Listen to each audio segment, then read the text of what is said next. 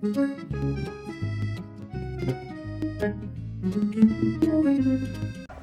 afternoon. I am getting started with Mr. Samwise here.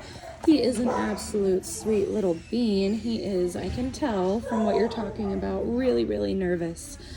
So we are taking things extra slow today. What I want him to do right now is pair the sight of me, new people, new things, with good things. I mean, you can tell his head is a little bit low. Those ears are backed.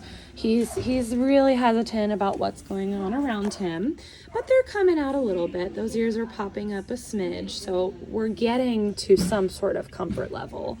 But really, all I want to do for this first little bit during our session is have him pair me, sees me, my hands come towards him, I come towards him, good things come. He's taking a lot more of my snacks than he was earlier, which shows me that he's starting to understand, okay, there's a level of comfort here. These people have good things. I can take them. I don't have to be fearful.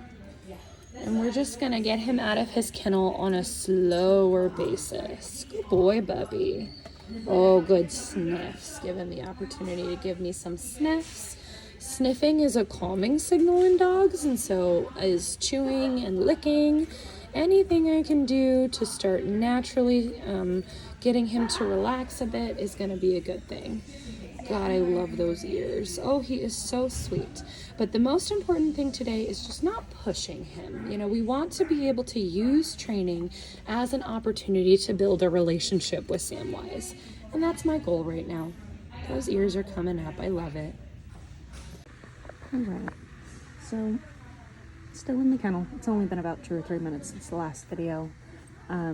He's crawling towards this edge. He's being curious. You see every time he dips his head forward and sniffs, that's curiosity. What I want to show you is we are still doing very little bits of training because training is fun.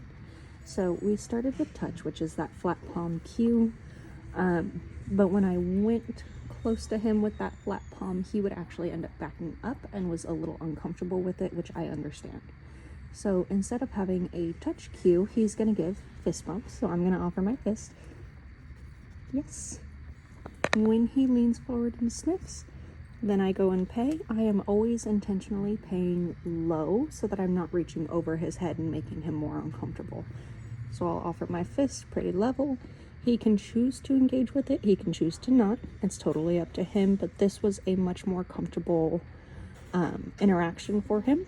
If he chooses not to, like right now, you see he is just staring off into space. I'm going to take my hand back. Give him a couple seconds. When he looks back in this direction, I'll offer that hand out again. Yes. And then I mark and reinforce for the touch. And then, of course, he gets a cookie. Alright, so we're still playing that little modified version of Treat and Retreat. I have found out something that I hope you have discovered about your boy, but he has a sweet tooth. Sorry, there's another dog eating next to him. He has a sweet tooth, so I have, like, literal dog cookies. And that's what we're using to encourage him to come out of his comfort zone a little bit. And he's into it. This is the most enthusiastic he's been. He's been eager about my food, but this is, oh my goodness, give me another one right now for all of my cookies. What a great boy. It's alright, you can go back. There you go. So again, giving him that opportunity to retreat, but now we're starting to get him to come out a little more than he was comfortable with in the beginning. Hi, sweetie. What did you see? Did you meet a new friend? So I'm going to keep playing right in this space where he is comfortable but not fully comfortable. We are not uncomfortable doing this. So I'm happy to do this with him for a little bit longer just so that he can get more confidence in coming out and exploring around the facility. But you see, every time he chooses to go back into his kennel and then he sniffs at my hands and says, "Lady, give me the cookie." So, still very sweet boy, very soft boy, likes his sweets. He definitely has a sweet tooth. All right, big steps right here. We made it out of the kennel. The first time I encouraged him to come out of the kennel, he said, actually, I really can't. And that's why we started playing that little modified treat and retreat. We did that for a little bit. And then I said, come on, we can do it. And he said, this is so scary, but okay. And you can see, tail is still tucked. He's still real uncomfortable. But he's out here and he's trying, and hopefully we get to go potty. That would be great, buddy. We are, unfortunately, right by the road, so lots of big, scary cars. That was nice. You didn't have a super reaction to that. So he's kind of just a sissy. I'm going to let him walk and we're going to explore. We're going where Sam wants to go, as long as I can get him back to where I need him to when it's time to go back in. But for now, Sam is guiding our walk. I'm just going to follow along and let him explore and feel good and feel comfortable anywhere but those two rooms. Thank you. So we're not going to go very far. I will make him turn around at some point, but I am happy with him getting the opportunity to explore and be comfortable. Oh, you bonked me, friend. Apparently he knows what a car is, because he really wants it on those cars, and he's staring at his reflection in the mirror. All right. Buddy, no, we can't go to those cars. Come on, we got this. I do have his cookies. He has decided both me and food are only mild existence since being outside, because there's so many other things. So if he wants his cookies, I'll give him one. If he doesn't, it's fine. So we talked a little bit about sit, touch, and name game. So we're going to start with name game. This is typically what I will go to first after the go find it game. Essentially, all you're looking for is when you call his name, he looks in your direction. Samwise! Yes, good boy. Good job. He said, I'm ready. And then typically I will transition from name game to touch. Yes, good boy. We're still working on that one. He is definitely a little bit more comfortable. Can you touch? Yes, good boy, with using a closed fist versus an open hand. I think they talked a little bit about that in your morning session. Perfectly fine to use a closed fist. Samwise! Yes, good boy. Can you sit? Sit would be the last thing that I would turn to. But a lot of times what happens is once you start rewarding your dog, one, they're a little bit more focused on you. Samwise! Come here, baby. Yes, good job. And two, they often start looking to you, kind of how he has been coming back and looking at my pouch. Okay, what do I do next? Versus focusing solely on what's going on out here. Here, we're coming back. Can you sit? Wow, smart boy. And it does take a certain level of comfort to be able to ask for these cues, but it doesn't take much, okay? And so anytime your dog is uncomfortable, Samwise, yes, good job. Asking for some basic obedience and getting their attention focused on you, never a bad thing. Samwise, yes, good boy. Go find it. And I might integrate the go find it game into the obedience as well. Look at him coming back. He said, wait, there's interesting things back here. Good boy, Samwise. All very light and positive. To help him relax, I need to be relaxed myself. You'll notice I'm using a nice light, airy tone of voice, nice, happy. Samwise, yes, good boy. Something that's loud and clear that's going to break through his excitability. Oh, thank you for slapping me with your foot. Good boy. Very, very good, buddy. Samwise, yes, good job. Let's go. Good job. Go find it. Good boy. Much calmer. Look at that tail coming untucked. Those ears are up. Those eyes are much more relaxed. Face is still a little bit tight. You see those lips being pulled back a little bit and a little bit of panting. Panting is often a sign of a little bit of stressy, but a lot less. Can you sit?